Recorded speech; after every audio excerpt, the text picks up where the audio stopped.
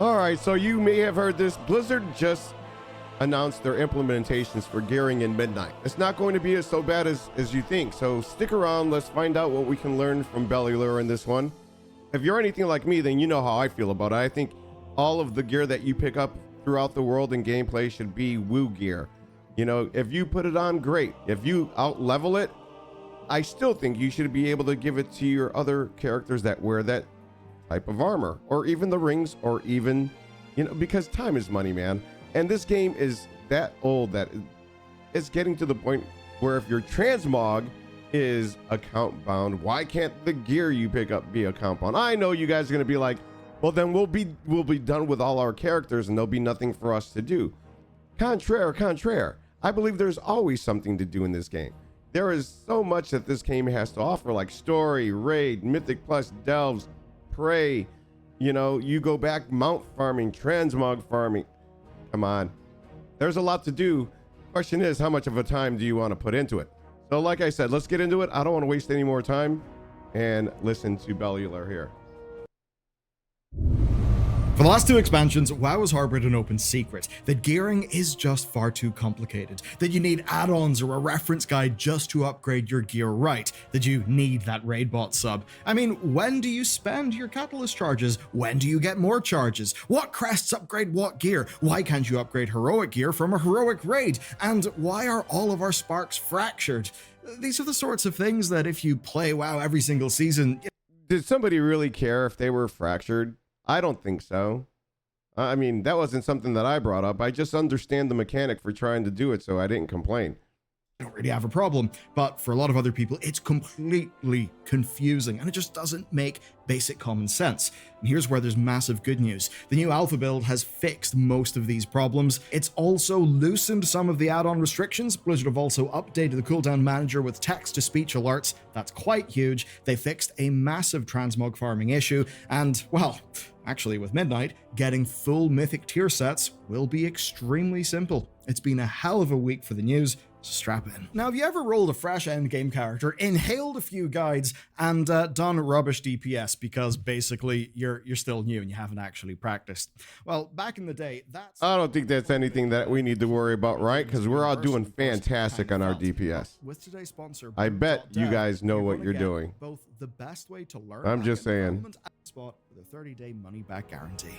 Okay, let's get into the simplification of gearing. So we heard from Ian in the Q&A that Valor Stones would be removed from the game. Yay. And everybody celebrated, of course. I mean, that was just good news. But we also heard that crests would be simplified. We didn't really know what that means, but the good news is that we now do. So over in the Midnight Alpha, all crest names and descriptions have been updated, meaning that it looks like this, which is quite different. You'll see it all starts one stage earlier at Adventurer, and it still goes all the way up to Myth. But the fantasy names have actually changed. So Carved and Ruined are no longer called Carved and Ruined. Now the crests simply share the name of their upgrade track. So if you want to upgrade a hero item, all you need... And isn't that so much easier? So that we don't have to try and remember everything.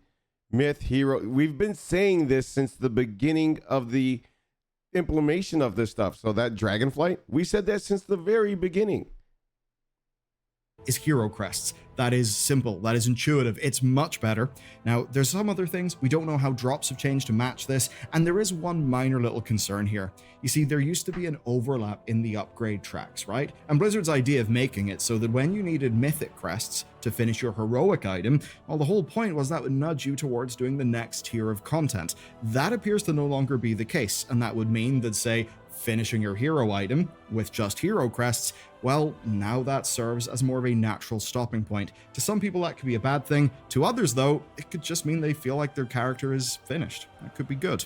Now, there's other things that may change, like item levels and gear sources. Obviously, we don't know all of that, but... Yeah, none of that stuff's going to be announced right now, of course not, but I believe that they're trying to help us a little bit, get these characters geared, not have to be so confused on the process of it all, and you know, it'll make it not so convoluted, especially for the new players. You got to be thinking, guys, we're all getting older. You know, it's not 1970 anymore. You know, it's 2025. Soon it'll be 2030. And what are we going to have looking at us besides walkers? Anyways, I sidetrack myself all the time, but what I'm saying, the new players are going to be playing on console anyways. You know it, I know it, everybody knows it. That's what's going on with the whole pruning. But we'll get into that in another video. It's got to be, we got to get new players in. For now, this looks much easier to follow and understand. And trust me here, if you don't think this is a big deal, I think you'd actually be surprised. It's very easy for those of us who play every single season to just get lost in the sauce and take all these things for granted. But trust me, for newer players or people who are just getting into like properly playing a season, this shit was way too complex, didn't make sense to them. So basically, this is a good change. So that's good news for gearing, but originally, all those changes came with a big downside. The lack of a difficulty overlap threatened people's transmog farming. As an example, a normal raid item would no longer upgrade its appearance to the heroic one. And the good news is that after some very polite feedback over in the forums, Blizzard have changed their minds here. And now, whenever an item is fully upgraded, they will upgrade in appearance as well. So that would... There you go. So that'll make something very cool, because I don't know that I've ever collected all of the different, what do they call that? Tier list transmog? I can't ever say that I have.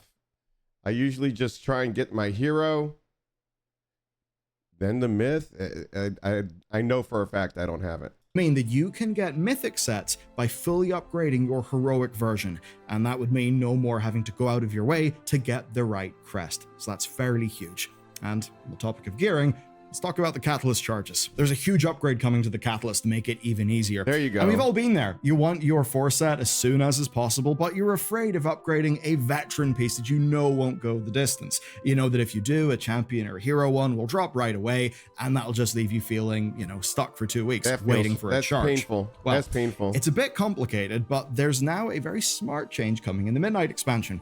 Getting your 4 set bonus will unlock a feat of strength achievement, and once you've got that achievement, you'll be able to find more catalyst charges, or basically they'll drop randomly from raid, mythic plus delves, and PvP. So if you find a big upgrade and you want to catalyze it, all you have to do is play more until you get a charge. And honestly, this one is huge for the transmog farmers as well. You'll now have way more charges to get the rest of your tier appearances. That's fairly huge. And do remember, by the way, that unlocking a class set gets you all of the lower difficulties as well. So fairly huge changes.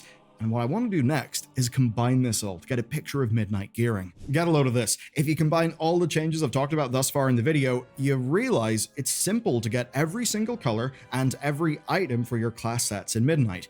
You just need to play the game. So as an example, from doing Mythic Plus in the 4 to 8 range or Heroic Raid, you will collect the 3 pieces necessary. There you go. Those being 1, hero gear for every armor slot, 2, enough catalyst charges to change them all into tier, and then 3, enough hero crests to upgrade them. You can get that all from that level of content. You just need to So are they just basically going to make it so that catalyst charges aren't really a thing?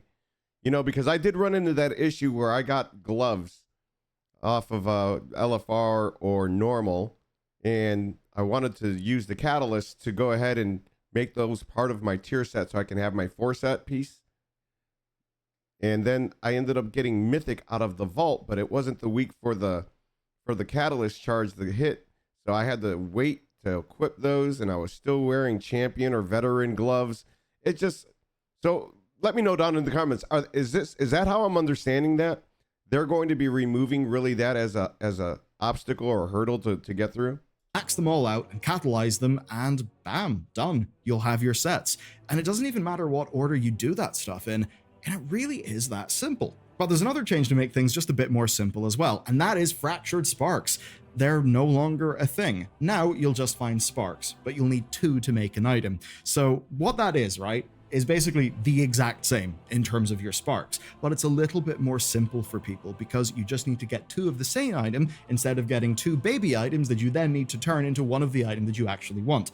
Basically, it's Blizzard just removing some steps. So that's it for gearing. For now, it's really good news, but it's only the start of today's news video. Okay, this one. Well, it's the same thing, you know, like you said, that they're just removing some of the steps, but really it's just they're removing some of the word. They're just removing the word fractured. That's all they're doing. They're removing the word fractured. So you get a spark, and then you have to get another spark, and you'll be able to craft, I believe, like your neck, your belt, your hands, your ring. But in effect, you're going to still need 4 if you want to craft your weapon, shield, things like that, I'm sure. Or maybe not your shield and your one-hander. Maybe you guys can correct me on that as well, because I'm a rep pally, so I only use 1. But when it came to my my demon hunter for 1 warglaive, took just 2 fractured. So in my opinion, it would just take one spark. I wonder.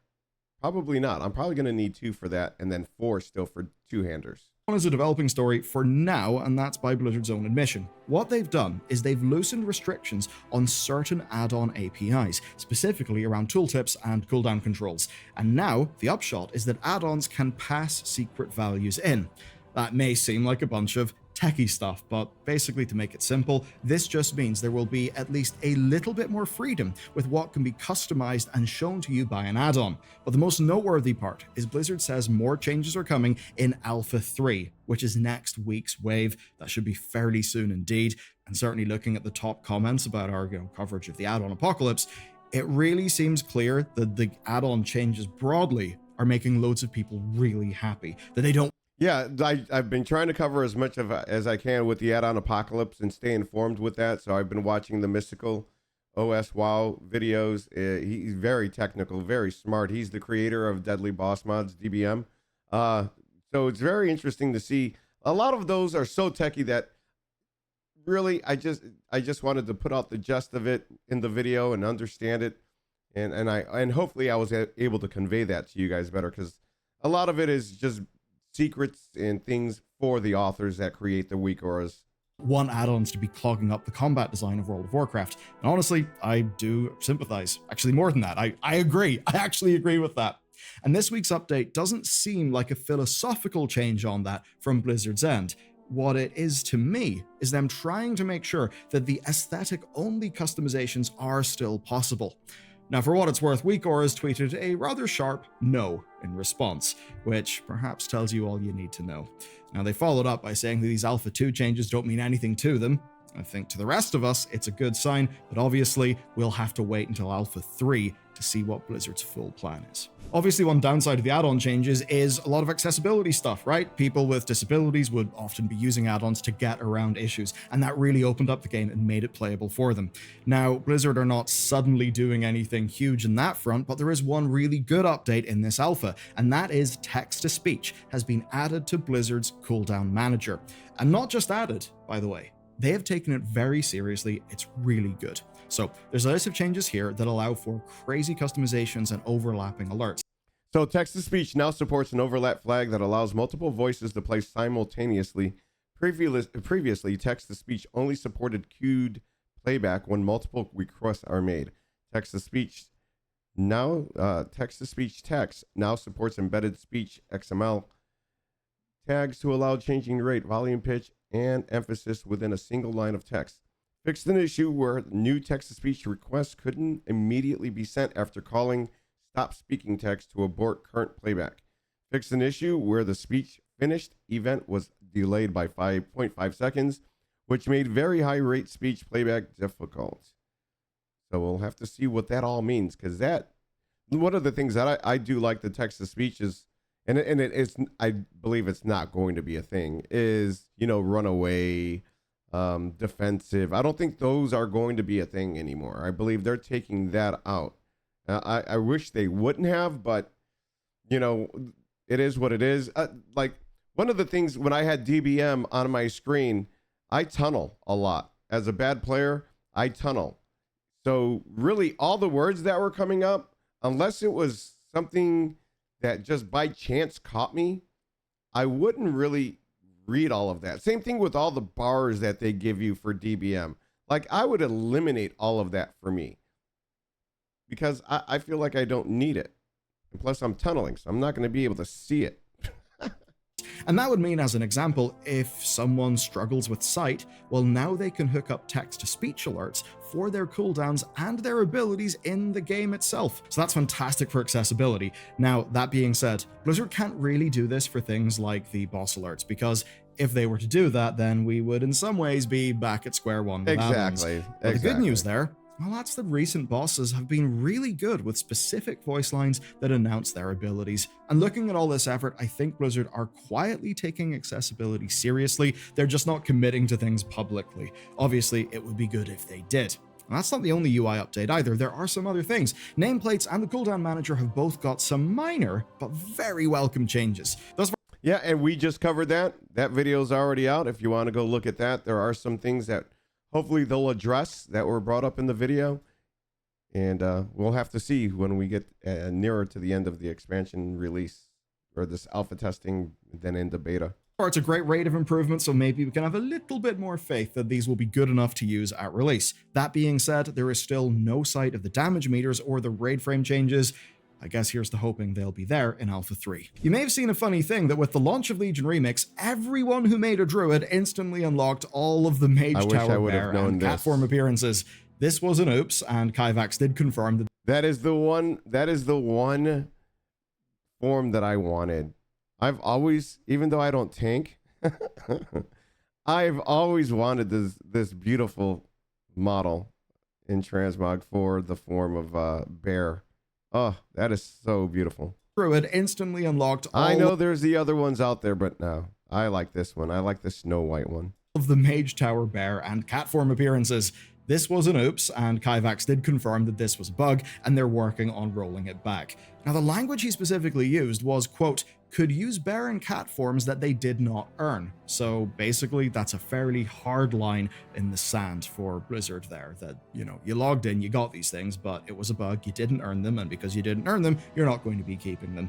Now, this obviously brought up the topic of time-limited rewards and prestige for World of Warcraft, for approximately the millionth time.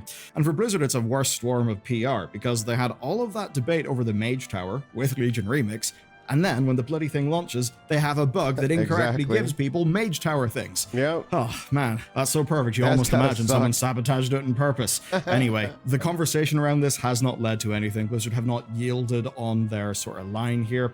But given how carefully worded their response was, I think they know what people think. Maybe this is the first step to having those things being opened up again in the future. We'll just have to wait and see. It would be nice As if for they Legion did, they Remix brought it itself, back. well, it launched very broken for the first day. People had to Alt F4 and wait to get back in.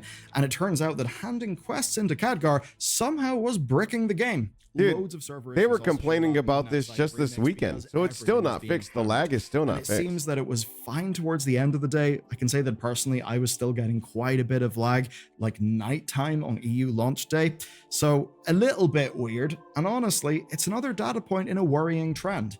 Like, expansion launches are generally fine, but it's almost every patch launch we've had that's been broken or frustrating in some way for at least a day.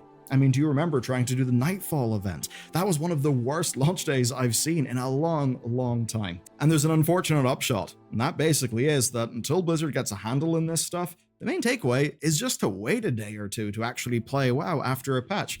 And I kind of hate having to say that, because patch day should be the most exciting thing in an MMO. Anyway, I just say, wait a day or two and save yourself the frustration. Yeah. As for Legion Remix itself, at least from what I can tell, it seems like it's doing quite well. I've been having fun. We'll have a more detailed video on it next week, but since people are already clearing Mythic Emerald Nightmare as of the first day, I think Blizzard may have done a good enough job in bringing the player power scaling to where people actually wanted it to be. So it seems that all of that stuff in the PTR really did pay off. This is an old drama, it's a big drama, and maybe this is nothing, but I think that's one of the things that I'm going to do when I get into Remix, which I was saying there was really nothing that I wanted out of there, but I thought I'd go ahead and create another Ret Pally. So this way, if I'm not going to be using He-Killy, it was suggested in one of the comments in my other videos that I should just try and do one all the way from learn the spells that you get. That'll be the base and foundation of your rotation. So, because I think I might have boosted my Pally when we had the purchase the expansion and you get a free boost. So I think I did that. I do have to bring it up. A senior quest designer asked the community, quote, for fun, I sure knew this would be fun, what would the high elf racial mount be? Because, you know, in theory, if they were to become an allied race.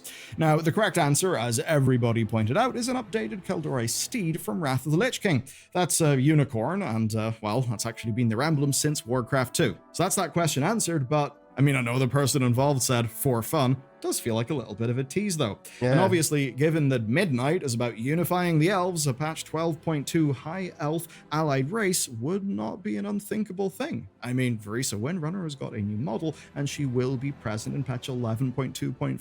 So right. you could already be laying down the groundwork. In fact, I think this would be a natural place for the story to go as well. Now, I'm not promising you anything, but if I was putting money on it, I would say Alliance High Elves, honestly. So this week we've seen major progress on loads of different fronts. That's it for the news, but we've got a massive breakdown of the surprisingly there huge you have it. There you have it. He's given us some information, some great information on where Gearing's going to go, on things like that. So as we get into it, as we try and wait, I'll try and keep you guys up to date. And as always, if you enjoy the content, please content. Oh my God, let me start over. And as always, if you have enjoyed the content, please consider subscribing, hitting that thumbs up button, and I will see you all in the next one.